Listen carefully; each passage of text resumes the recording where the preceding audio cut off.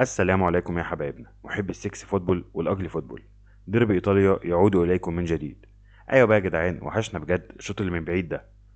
ماتش واحد فيه 4 تجوان كرابيك من بره المنطقه. يعني مش كفايه علينا كادوزو وراع اللي بيقدمها مع المنتخب الايطالي؟ وخلاص ايطاليا بتقرب ترجع كاس العالم تاني بعد ما بطلت تصعد بعد ما كسبت كاس العالم في 2006. في الماتش ده يا صاحبي تقدر تقول اننا قصاد 2 مدربين ليهم مستقبل كبير قوي. من كتر عظمه الماتش انا دلوقتي سايب ماتش روما وتورينو علشان اسجلك الحلقه دي. يلا واحنا بنسمع مشجعين الانتر واليوفي نعمل لايك وشير وسبسكرايب.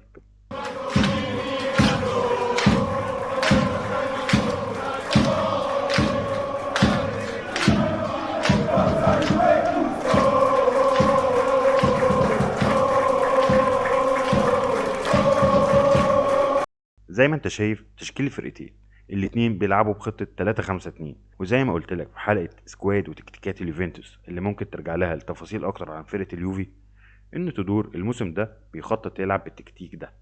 وده على عكس كريستيان كيفو اللي معتمد التشكيل ده كاستراتيجية أساسية حتى لما كان مدرب لبرما. نبدأ يا باشا بإنتر ميلان اللي كان بيلعب بثلاثي دفاعي أكانجي واتشيربي وباستوني، اللي ما كانوش واخدين شكل خط مستقيم، واللي كان بيتغير شكلهم على حسب موقع الكرة في الملعب. يعني مثلا لما بتبقى الكورة في نص الملعب اليمين بيتقدم قلب الدفاع الشمال باستوني وبيلعب كباك شمال، وجوستو الباك الشمال بيتقدم ويلعب كوينج شمال هجومي، وقلب الدفاع اتشيربي بيتقدم وبيبقى على خط واحد جنب اكانجي. انما بقى لما الكرة بتبقى في نص الشمال من الملعب بيتقدم اكانجي كلاعب خط وسط، وباريلا بيطرف وبيبقى هو الباك اليمين، ودومفريز بيتحول لوينج هجومي ويدخل لل 18. ده بيسمح ان يبقى شانالوجلو ومختريان يزيدوا مع لوتارو ويلعبوا كصانع لعب، وده اللي اوجد زياده عدديه على حدود ال 18 من لعيبه شويته قوي. وزي ما انت كده يا صديقي بتقول دلوقتي هو ده بقى اللي خلى شانالوجلو يقدر ياخد فرصه ان يرزع الشوطين دول بالدقه دي. بالظبط كده يا صديقي.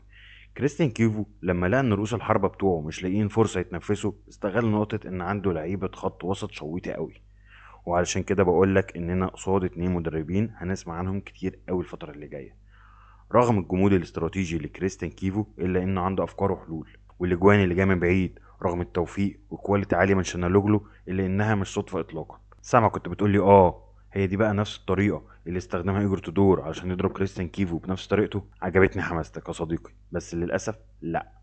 تودور كان ليه ادوار كتير في فوز اليوفي، ولكن حلاوه شوطه يلديز دي لا لا لا لا لا، الولا كبر وعظمته نشفت وبقى حاجه تانية. السنتين اللي فاتوا كنت بتشوف منه لمسات وحاجات حلوه بس كان بيخسر الكوره كتير. دلوقتي ايه الولا ده عامل حمله لوحده على دفاع الانتر طول الشوط الاول. اصبر بس هنجيله، بس خلينا دلوقتي مع الانتر. عندك مثلا في الدقيقه 18 اللقطه دي اتكررت كتير قوي، وكانجي مع الكرة في النص اليمين وباريلا راح باك يمين وباستوني راح يزيد باك شمال. وعندك الخريطة الحرارية لتحركات باريلا موضحة لك فترات لعبه كباك يمين. واهو في اللقطة اللي بعدها الكرة راحت لباريلا ودومفريس فتح قصاده كجناح هجومي، ولو طاروا ومختريان واقفين في منطقة صانع اللعب، واللي لو الكرة ما اتقطعتش كان زمان زاد عليهم شانالوجلو. وبعديها بثواني الانتر رجع الكرة وراح بيها للباك الشمال اللي كان شغله وقتها باستوني، وجوستو اللي هو اصلا باك شمال راح جناح شمال. وبرضه الخريطة الحرارية لقلب الدفاع باستوني موضحة قد ايه من الماتش لعب باك شمال. ودلوقتي هنعرض الخريطة الحرارية لشانالوجلو ومختريان، وانهم كانوا ضاغطين من على اطراف المنطقة. ودي برضو خريطة شوطاتهم اللي اتكررت 7 مرات من بره المنطقة وجاب منها شانالوجلو جونين. طب ليه بقى يا باشا رغم كل الافكار التكتيكية دي كييفو معرفش يخلص الماتش؟ هقولك لان ببساطة تدور عمل ماتش عظيم بجد. يعني الشوط الاول هو كان عامل ارباك كلي للعيبه الانتر لدرجه ان لحد الدقيقه 20 انا ما كنتش عارف الانتر بتلعب كام كام كام.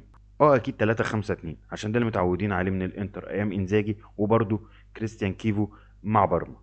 بس كل التكتيكات والحركات بتاع باريلا وباستوني وكل اللي حكيناه مبداش يظهر الا بعد الدقيقه 18. فيلا بينا يا باشا نشوف ايه اللي عمله ايجور تدور. زي ما قلنا انه لعب بيه 3-5-2، او عشان نكون ادق هي كانت 3-5-1-1.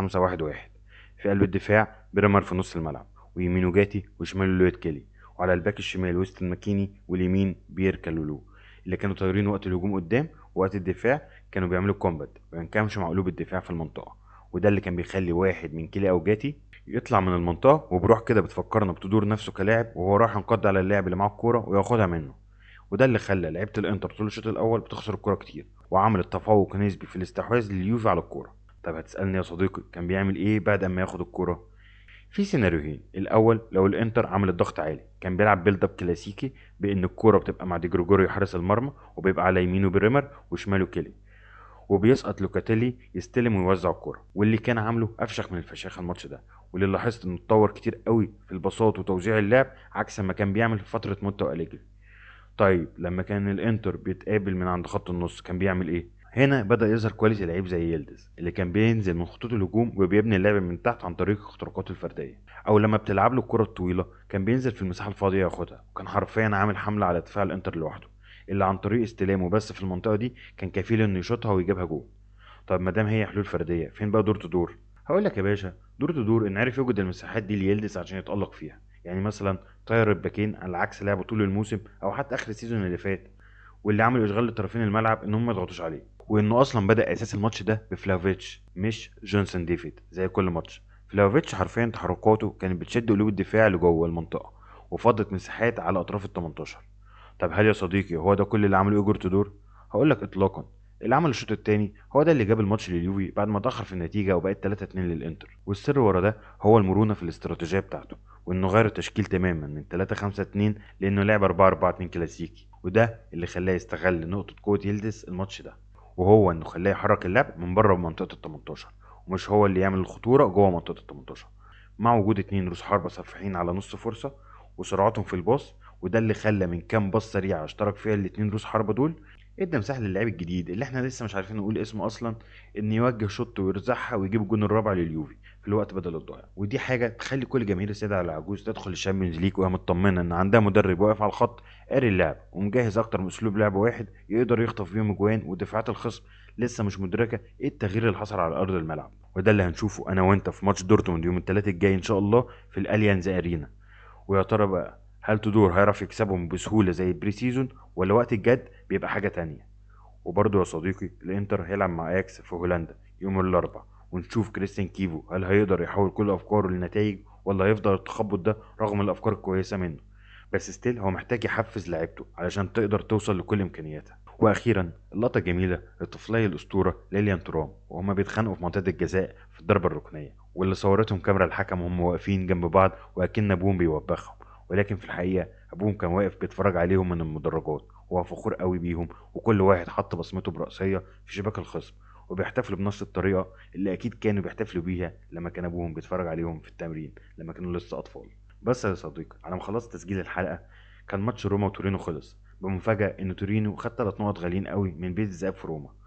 والله بقى سيبك واروح اشوف الإعادة، ولو استاهل إن نتكلم عنه أكيد هنتكلم، مع إني شايف إن جاسبريني محتاج وقت إنه يثبت رجلين روما على أرض صلبة، وده اللي هياخد من وقت طويل. يلا بقى سلام.